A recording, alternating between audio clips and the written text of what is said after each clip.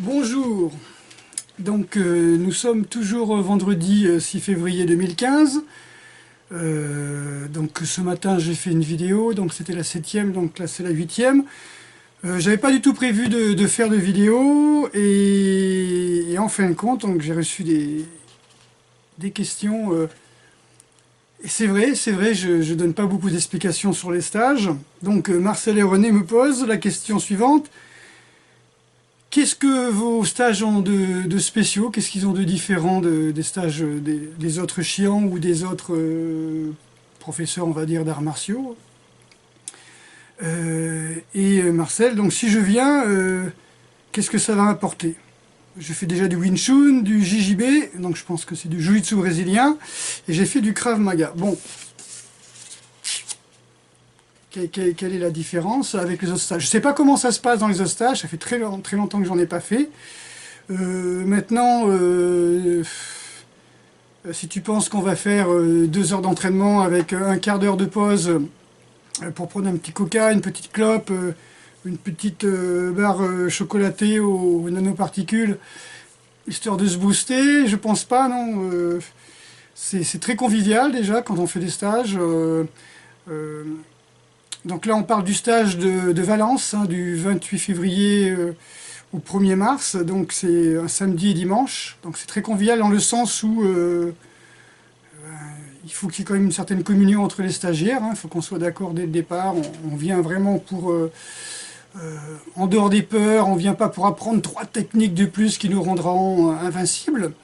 Tout d'abord, le samedi est une journée très spéciale. Je vais prendre exemple sur le dernier stage qu'on a fait en décembre. Le samedi, on a fait 7 heures non-stop sans manger. On a emmené à boire, hein, bien sûr, hein, de l'eau. Et on a travaillé les énergies. Alors donc, qu'est-ce qui se passe dans les stages? On apprend d'abord... je vous enseigne d'abord comment vous installer dans le moment présent, tout simplement pour épuiser les énergies. Il faut sortir du virtuel. Le virtuel tue la vie, tout simplement. Le virtuel, c'est le mensonge. Donc, comment sortir du virtuel pour s'installer dans le moment présent, dans le réel, parce que c'est là où sont toutes les énergies qui vont nous permettre de vivre, de faire des projets, d'avoir de l'espoir, d'être plein d'énergie, d'être plein d'enthousiasme. Tout ça, ça se trouve dans le moment présent, dans la réalité. Et c'est vrai que si on n'a pas nettoyé nos verres, hein, comme disent les Tibétains, si nos verres sont pleins de peur, on va voir soi-disant ce qu'on appelle la réalité, on va la voir, nous, à travers nos peurs. Donc on verra la réalité à travers nos peurs, ce ne sera pas la réalité. Hein, on ne verra pas les choses telles qu'elles sont, on les verra telles qu'on a peur qu'elles soient. Hein, comme me disait Marc Aurèle, ce n'est pas l'événement en soi qui vous trouble, c'est l'idée que vous avez de l'événement. Avec toutes les conséquences que peut avoir cet événement dans un hypothétique futur, on va dire, hein, mais qui n'existe pas. Donc l'événement, il est là, c'est un fait, ici et maintenant. Bon, après, comment vous le percevez et comment vous imaginez que ça va détruire votre vie ou impacter votre vie, ça c'est votre problème à vous, c'est d'après vos propres peurs. Mais vous êtes dans le virtuel, vous êtes dans la projection.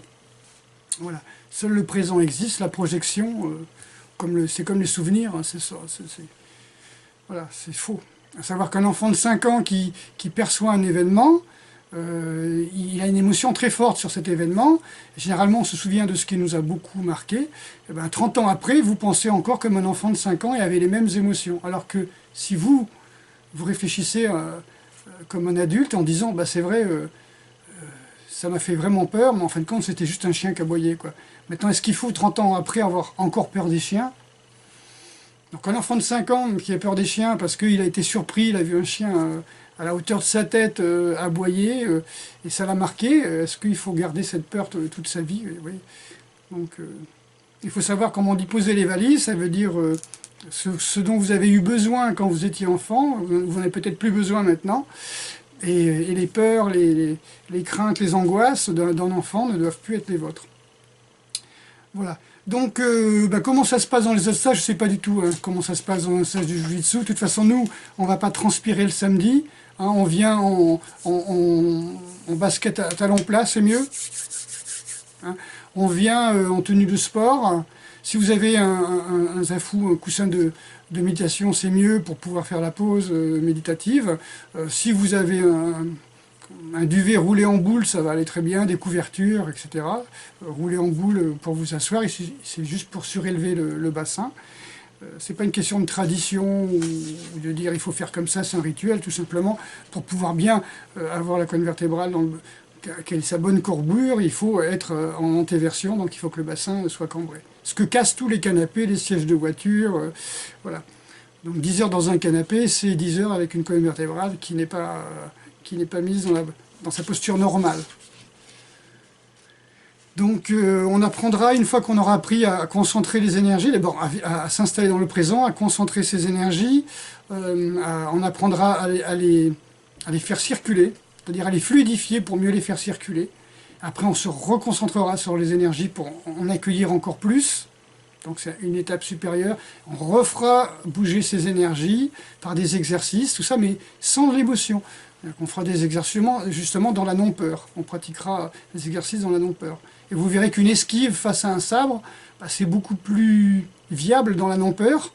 Et on est vraiment dans l'événement, dans le moment présent. Mouteau de riz, la personne nous attaque et nous, on esquive. Voilà, on n'est pas dans la projection. C'est tous les samouraïs et c'est tous les guerriers du Japon pendant près de 1000 ans ont fait la méditation zen, ont travaillé sur les énergies. C'est pas pour rien, hein, c'est pas un luxe.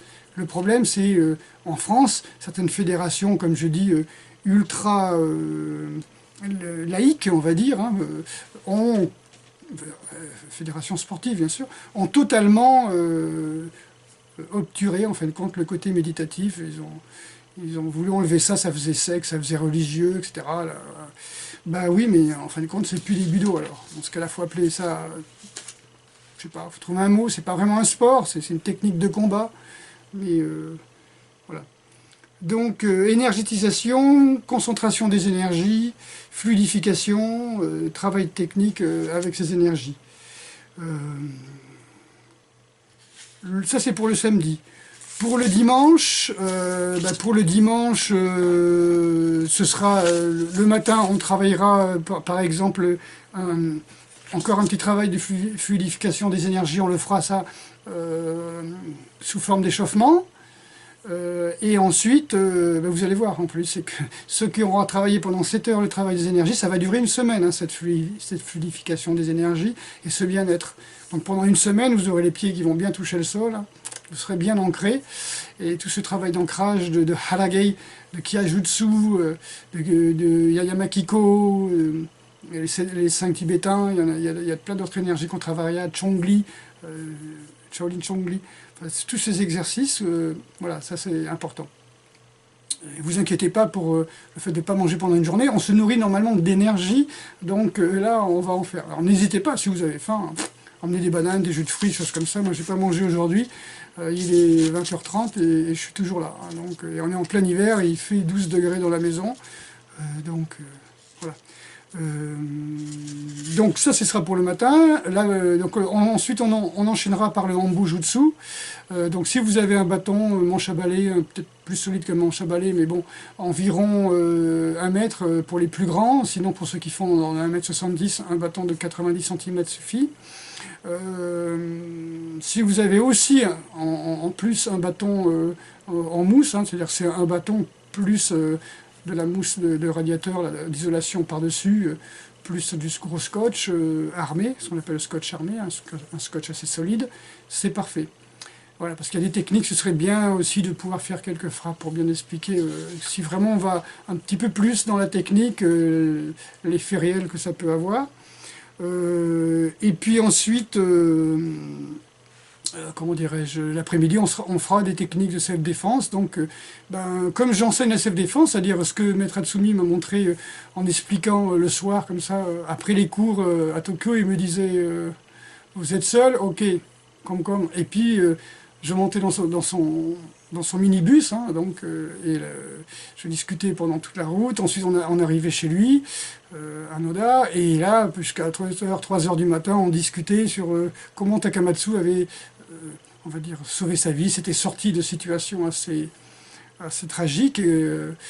Voilà. Et donc, c'est des choses qui sont restées dans ma mémoire, donc je vais transmettre un petit peu les kyōanpo aussi à la façon Takamatsu Sensei, quelque chose que personne ne voit, hein, ne pratique. Les points vitaux, évidemment, hein, les points pression. Voilà, donc ce sera aussi, vous verrez aussi le meilleur du sambo, le meilleur de la capoeira, le meilleur du kombranti que j'enseigne, qui sont retranscrits dans la self-défense, en sachant que quelqu'un qui vous apprend la self-défense en kimono, en disant vous prenez le manche, vous prenez la ceinture, vous faites une projection, bah, c'est la self-défense sur un tatami, quoi. Je veux dire, c'est la self-défense lors d'un cours de judo ou lors d'un cours de jujitsu, si vous voulez. Maintenant, si on vous attaque, c'est plus dans la rue que lors d'un cours de jujitsu. Si on vous agresse pour vous demander votre argent. Bon. Voilà. Donc là, bien sûr, évidemment, vous pourrez prendre votre kimono, votre keikogi, votre kurogi, si vous faites du ninjutsu. Donc il devrait y avoir une bonne quinzaine, voire une vingtaine de personnes du Bujinkan, c'est très bien, je suis ravi. Vous pourrez voir donc les kyōanpo du Takamatsu-den à la façon Takamatsu Sensei, ça va vous parler, c'est assez puissant. N'oubliez pas... le virtuel vous tue, hein, donc il faut vraiment apprendre à s'ancrer dans la réalité, à s'ancrer dans le présent, à faire les techniques sans émotion, hein. Ça ne m'empêche pas de rire, hein, mais bon, sans émotion, je veux dire sans peur, sans émotion négative. Hein. Apprenez à vous imposer. Alors à vous imposer, c'est, si vous regardez le langage des oiseaux, c'est vous poser dans le 1, c'est-à-dire dans l'unité. Donc arrêtez de vous disperser dans le virtuel, si vous pouvez. Et surtout, apprenez à vous unir, à vous réunir. On dit rassembler ses esprits, ouais, se recueillir. On appelle ça méditer, mais revenir au milieu, méditer, se recueillir, c'est recueillir ses énergies, rassembler ses esprits, récupérer. Ça veut dire qu'il y a une idée d'avoir perdu quelque chose, hein, je récupère mon énergie. Se poser dans l'unité, faire l'unité, hein, se poser dans le centre, devenir le centre. Je sais que c'est très tentant, mais ne cherchez pas à maigrir avant de venir au stage. Hein. Vous n'êtes pas là pour vous juger ni pour passer des examens. Au contraire, je vous donnerai tout ce qu'il faut pour pouvoir perdre du poids, sécher, retonifier votre organisme. C'est vrai que quand il fait froid comme ça, c'est tentant de dire tiens, je ne vais pas manger, je vais aller courir. Comme il fait froid, j'ai brûlé mes calories pour pouvoir me réchauffer, mais comme je vous l'ai déjà dit dans une précédente vidéo, ben, vous risquez de désamorcer votre cœur. Donc, je me souviens de cet hiver en 85 où 2 médecins sont morts, un à Île-de-Léron et un dans la région de Bordeaux, tout simplement parce qu'ils ont fait un footing alors qu'il faisait moins 6 degrés. C'est tellement rare dans la région qu'il fait moins 4, moins 6. Voilà, donc ne cherchez pas à pousser le corps à vouloir mettre du sang dans les muscles par un exercice physique alors qu'il fait si froid et que le corps ne cherche qu'à garder le sang au cœur, au poumon. Ok, donc je pense que j'ai tout dit. Apprendre à vous imposer, ne cherchez pas à maigrir, ça c'est dit. Voilà, je ne sais pas comment font les autres. Oui, je prends des petites notes pour pas oublier. Disons que si vraiment les arts martiaux c'est votre passion, c'est ce que vous allez faire le mieux. Donc c'est bien de venir dans des stages où on vous montre vraiment ce que sont les arts martiaux, ce que c'est l'art martial et à quoi ça sert et comment les Japonais l'ont transmis et pas comment les fédérations vous l'imposent.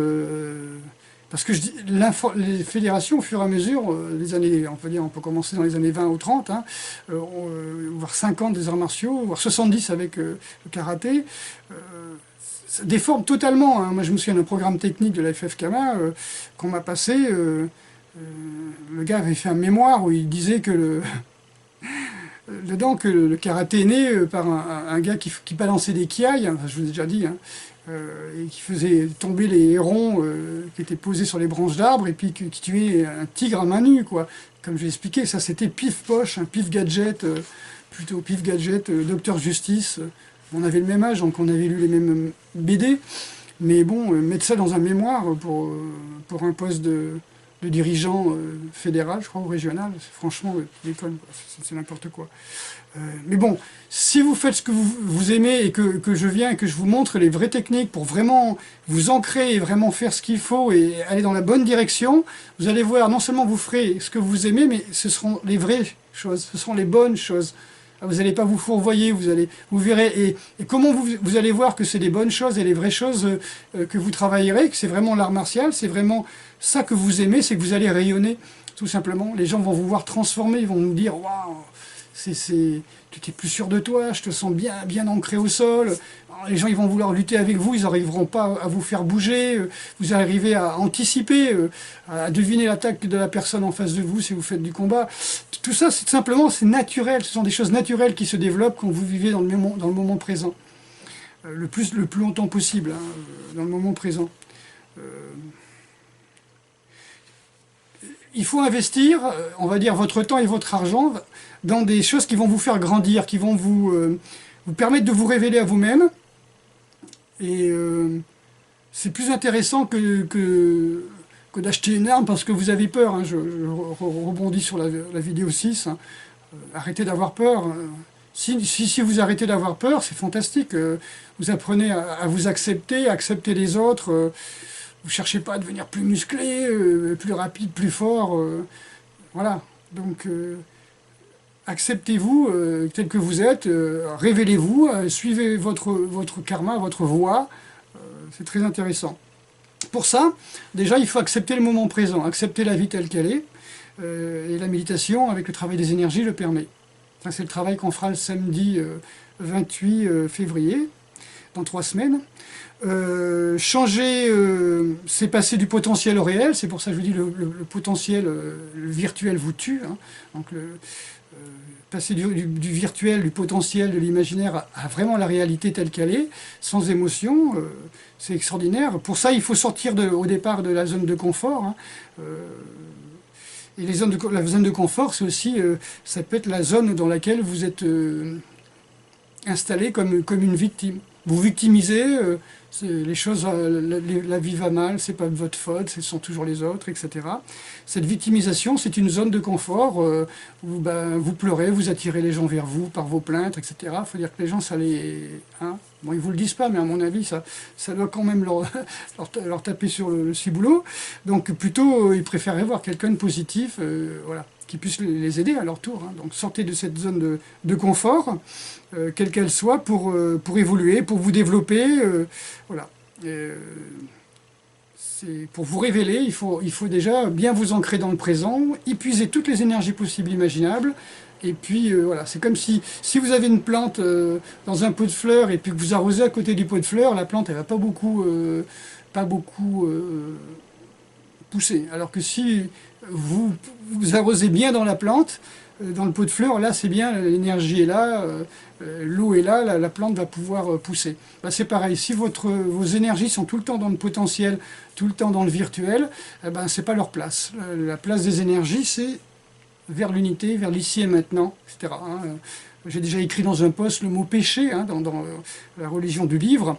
Péché, c'est faire quelque chose de... C'est aller à côté, c'est manquer sa cible. Ben, la cible, c'est vous. La cible, c'est votre centre. Quand vous mettez votre énergie, mettrez votre énergie dans le centre. Ça vous permettra de rayonner et d'être plus disponible pour les autres. Mais si vous êtes constamment en perte d'énergie, hein, je vous l'ai expliqué l'histoire de la passoire, hein, si on prend un filet d'eau et qu'on essaie de remplir une passoire, ça ne marche pas. On peut mettre beaucoup d'eau, beaucoup d'énergie, on aura l'impression que la passoire va se remplir, mais elle ne se remplira pas. Hein. Elle perdra toute son eau quand même. Donc il faut boucher les trous, s'installer dans le moment présent et après aller cueillir l'énergie. Ok, donc c'est exactement ce que je voulais dire. Samedi, on s'installe dans le moment présent, on travaille les énergies, on fait des tests, hein, pour des tests non-stop pour quantifier un petit peu, contrôler nos énergies, les tests de stabilité, etc., hein, que vous connaissez certainement aussi. Voilà, donc... on verra au fur et à mesure, hein, si on refait les tests qu'on a fait le matin en fin de journée, on verra qu'on est beaucoup plus fort, beaucoup plus détendu, beaucoup plus relaxé. Et quand je parle de force, hein, c'est la vraie force, la vraie puissance, le power en sens énergie. C'est-à-dire qu'on est naturellement plein d'énergie. Si on n'est pas naturellement plein d'énergie, il y a un problème. Et vous savez, quand un corps n'est pas plein d'énergie, il se crispe. Alors comment savoir si on est plein d'énergie? On est détendu, relaxé, on est souriant. Et puis on a envie d'aimer, on a envie de donner, on a envie d'aller vers les autres, on a envie de partager. Quelqu'un qui perd ses énergies, quelqu'un qui est en fuite, hein, quelqu'un qui a des trous, comme la passoire, hein, il a des trous dans l'aura, on va dire, il a des trous un peu partout. Il perd son énergie, il est tellement dans le virtuel que quand il sort dehors, il est complètement un peu perdu, il ne sait pas trop où il est. Alors vite, vite, hop, il met les écouteurs, il écoute le MP3 ou il joue avec son téléphone pour rester dans le virtuel, comme ça qu'on se fait renverser. Hein. J'ai perdu un ami comme ça, il s'est fait renverser par un train, donc il avait le téléphone à la main. Et combien de morts sur les routes à cause du téléphone, hein, je crois que c'est plus d'une centaine hein, par an. Voilà, donc votre corps, lui, il vit dans le présent, il vit dans l'ici et maintenant. Donc ce serait bien d'habiter votre corps, hein, d'être aux commandes de votre corps, hein, parce que votre corps, lui, il est dans l'ici et maintenant. Donc votre esprit doit être dans l'ici et maintenant. Ok, c'est très important. Voilà, donc si vous voulez rayonner, il faut apprendre à être dans le moment présent et pour être plus disponible pour les autres.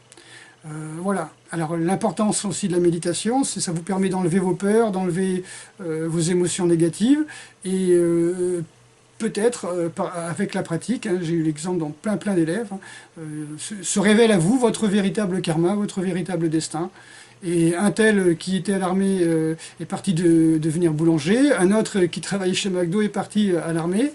Voilà, donc comme quoi ça ne... Voilà, faire les choses pour vous éveiller, parce que tout simplement, la chose que vous aimez faire, normalement c'est ça, c'est votre karma, c'est votre... Vous allez bien réussir ces choses-là. Tout ce que vous réussissez, c'est votre... comment on peut dire, un oiseau vole, un poisson nage, vous voyez, l'inverse, c'est peut-être pas trop ça, quoi. Donc, ce pourquoi vous êtes fait, vous allez le faire facilement. D'accord? Et souvent, il y a des gens qui ont un métier, qui font pour gagner à manger, pour gagner leur croûte, et puis ils ont des passions à droite et à gauche. Alors leur métier, ils le font parce qu'il faut le faire, hein. Et puis par contre, leur passion, ils vont faire tout leur week-end, etc. Et voilà. Et la nature aurait voulu quand même que ça soit leur passion. C'est cette passion qui les fasse vivre. Enfin, c'est ces passions qui les font vivre, de toute façon, puisque leur métier les emmerde. Mais bon, voilà, donc ce serait bien aussi que vous viviez de votre passion, parce que ça, au moins, ces choses-là, vous allez les faire parfaitement. Un mauvais bûcheron, un mauvais sculpteur, un mauvais boulanger, un mauvais peintre, il va faire du mauvais boulot, quoi, sale boulot. Alors que si lui, il rentre chez lui, puis il va jouer 3 heures de violon, autant qu'il vive de ça, quoi, parce que ça, ça va être merveilleux ce qu'il va faire avec le violon. D'accord? Et inversement, un mauvais violoniste, s'il rentre chez lui puis il fait de la sculpture, ben son karma c'est d'être sculpteur. Et il fera des magnifiques sculptures en jouant moyennement au violon. Voilà. Donc c'est aussi intéressant aussi d'arriver à sortir de la peur et du virtuel et de s'ancrer dans le moment présent, d'y puiser les énergies, de laisser ces énergies circuler. Voilà. Et puis méditer un petit peu voilà, sur j'allais dire le passé, le futur, hein, c'est-à-dire laisser passer les projections et les souvenirs pour bien s'ancrer dans le présent. Voilà. Donc, voilà. Donc samedi, 7 heures non-stop si on peut, de travail sur les énergies. Dimanche matin, un petit travail rapide sur les énergies pour mettre en boost le corps. Et ensuite, le travail du Rambo. On fera une pause pour déjeuner à ce moment-là. Je pense que je resterai sur place avec 2-3 bananes. Et puis, et l'après-midi, on jiu-jitsu. Si on n'a pas terminé le bâton, on fera encore du bâton, du Rambo. Travail du corps à corps. Voilà, le petit must. Voilà. Donc n'hésitez pas à venir, ne changez rien pour venir, n'allez pas courir, faites pas de régime, vous allez affaiblir votre système immunitaire et vous allez choper la crève, comme on dit, hein. Et vous ne pourrez pas venir au stage, vous allez me dire ah, je me suis blessé au genou, ou blessé au coude, ou blessé à l'épaule, je ne peux pas venir. Vous aurez trop acidifié votre sang parce que vous allez vivre dans la tension jusqu'au stage, vous allez essayer de faire je ne sais quoi pour vous prouver ou me prouver quoi que ce soit. Moi je suis là pour vous montrer la voie, je viens pour vous donner le maximum de ce que j'ai appris durant 45 ans, les 45 dernières années, ce que j'ai appris à partir de 13 ans, hein, avec voilà, une voisine qui était prof de yoga, les meilleurs amis qui étaient profs de judo et de karaté, comment ça s'est passé, les rencontres que j'ai eues durant toute ma vie. Donc tout ça a changé pour arriver à faire quelque chose de très compact et que je vais vous livrer. Donc vous n'aurez pas besoin d'avoir 45 ans d'expérience pour comprendre ce que je vais dire. Je vous enlève tout ce qui ne sert à rien et je vous donne exactement la substantique moelle de toute mon expérience. Voilà, donc vous allez gagner 45 années d'expérience et vous allez avoir uniquement ce qui sert, uniquement ce qui est le plus efficace. Hein, c'est une transmission comme un père ferait à son fils, c'est-à-dire il donne le meilleur, il donne ce qu'il y a de plus efficace pour que ses enfants puissent grandir dans un monde plus ou moins dangereux, hein, et donc comment se préserver. Voilà, donc je pense que je me suis assez répété, puisqu'on me dit ouais tu te répètes beaucoup, mais oui, il faut que ça rentre, il faut que vous compreniez, hein. Et c'est pas, moi ça me dérange pas de répéter, voilà.